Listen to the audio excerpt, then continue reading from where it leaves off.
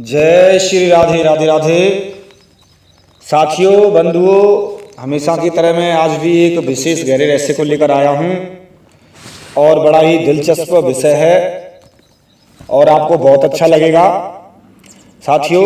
और वो विषय इस प्रकार है कि हनुमान जी ने रामायण में कितनी बार छोटा रूप बनाया था, कितनी बार लघु रूप बनाया था, कितनी बार लघु रूप धारण किया था। साथियों, ये विषय सामने आया है, इसको मैं आज बताने जा रहा हूँ, इस प्रश्न का उत्तर देने जा रहा हूँ। आप बड़े ध्यान से गौर से सुनेंगे तो आपको बहुत आनंद आएगा, क्योंकि ये रस की बातें हैं, गहरे रस की बातें हैं। इसमें बड़ा रहस्य छिपा हुआ है और रस भी छिपा हुआ है। तो मैं ऐसे ही साथियों आपके समक्ष प्रस्तुत करने जा रहा हूँ। अगर आप मेरे चैनल पर नए हैं, सब्सक्राइब नहीं किया है तो आप कर लीजिए और चलते हैं मुख्य विषय की ओर, गहराई की ओर। संपूर्ण मानस में, रामायण में हनुमान जी ने साथियों 9 बार छोटा रूप धारण किया है, 9 बार लघु रूप धारण किया है, 9 बार लघु रूप रखा है। रखाई कहेंगे, धारण करना रखाई की बात है। आपको यह जानकर आश्चर्य होगा कि गोस्वामी जी ने रामायण में, मानस में तुलसीदास जी ने 9 अंक की बड़ी महत्वपूर्ण ढंग से वर्णन किया है और मैं आपको उसे बताने जा रहा हूं। उसके बाद मैं क्रमवाइज आपको बताऊंगा कि हनुमान जी ने लघु रूप 9 बार धारण किया है और कब कब किया है, कौन कौन से विषय पर किया है, स्टेप बाय स्टेप 1 2 3 4 ऐसे क्रम से करते हुए मैं आपको बड़े हिसाब से समझाने का प्रयास करूंगा। उससे पहले मैं 2 शब्द 9 अंक के ऊपर डालता हूं, तो सुनिए। 9 अंक बड़ा ही ब्रह्मांक है और गोस्वामी जी ने लिखा भी है। क्या लिखा है 9 अंक के बारे में? तुलसी अपने राम को भजन करो निशंक, आदि अंत निर्वाहिए जैसे नभ का अंक, सियावर रामचंद्र पद जाय शरणम, शंकर हरि ओम। जय जय हनुमान हरि की जय, मंगल भवन अमंगल हारी, द्रवं सुदशरथ अजर बिहारी, सिया राम हरे। तो साथियों, और तुलसीदास जी ने तो कहा ही है और अन्य कवियों ने भी 9 अंक के बारे में कहा है। उनके बारे भी अन्य कवियों की भी उद्गार सुनिए आप, क्या क्या कहा है। लिखा है, 2 लाइन है उनकी।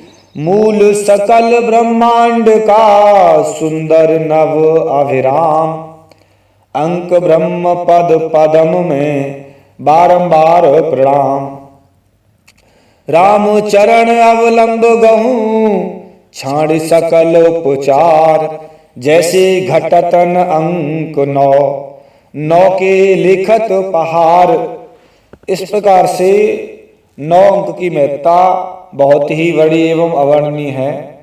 हनुमान जी ने मानस में जिन जिन स्थानों पर छोटा रूप धारण किया, छोटा रूप रखा है, लघु रूप रखा है, उन साथियों को मैं अब क्रमवाइज बताने जा रहा हूँ, क्रम से स्टेप वाइज बताने जा रहा हूँ, कौन कौन सी जगह पर कैसे कैसे रखा है। आप ध्यान से सुनिए। तो साथियों, सबसे पहले शुरुआत होती है नंबर 1। फर्स्ट नंबर पर हनुमान जी ने कहाँ धारण किया था लघु रूप? तो नंबर 1 है, नंबर 1 सुनिए, फर्स्ट नंबर पर सुनिए। तो यहां पर ये बात आती है, प्रसंग है सुरसा का। सत जो जन ते ही आनन कीना, अति लघु रूप पवन सुत लीना।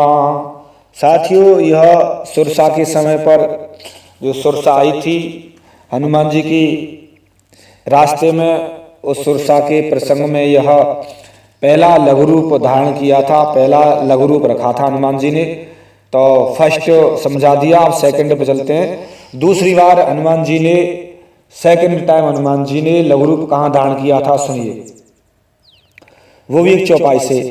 पुर रखवारे देख बहु, कप मन कीन विचार, अति लघु रूप धरो निस, नगर करो पैसार। यहाँ पर हनुमान जी ने विचार कर अपना मस्तक समान लघु छोटा रूप, मच्छर के समान लघु रूप धारण किया था, रखा था और लंका में प्रवेश किया था। लंका पे प्रवेश के समय पर भी हनुमान जी ने लघु रूप रखा था।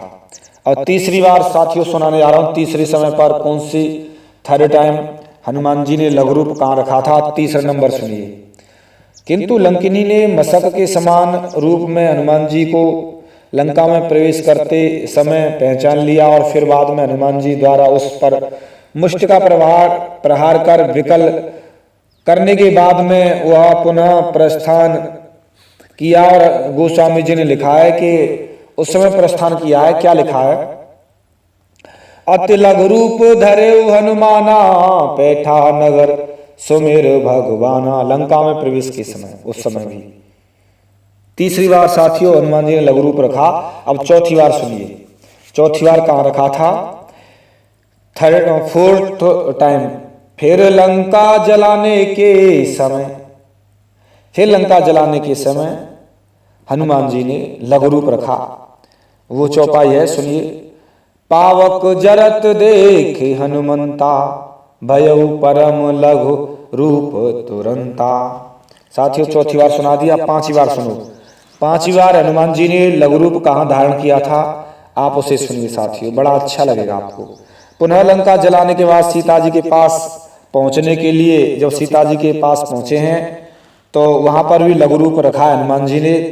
तो चौपाई आती है, पूछ बुझाए खोए श्रम धरे लघु रूप बहोर जनक सुता के आगे ठाड़ भयउ कर जोर।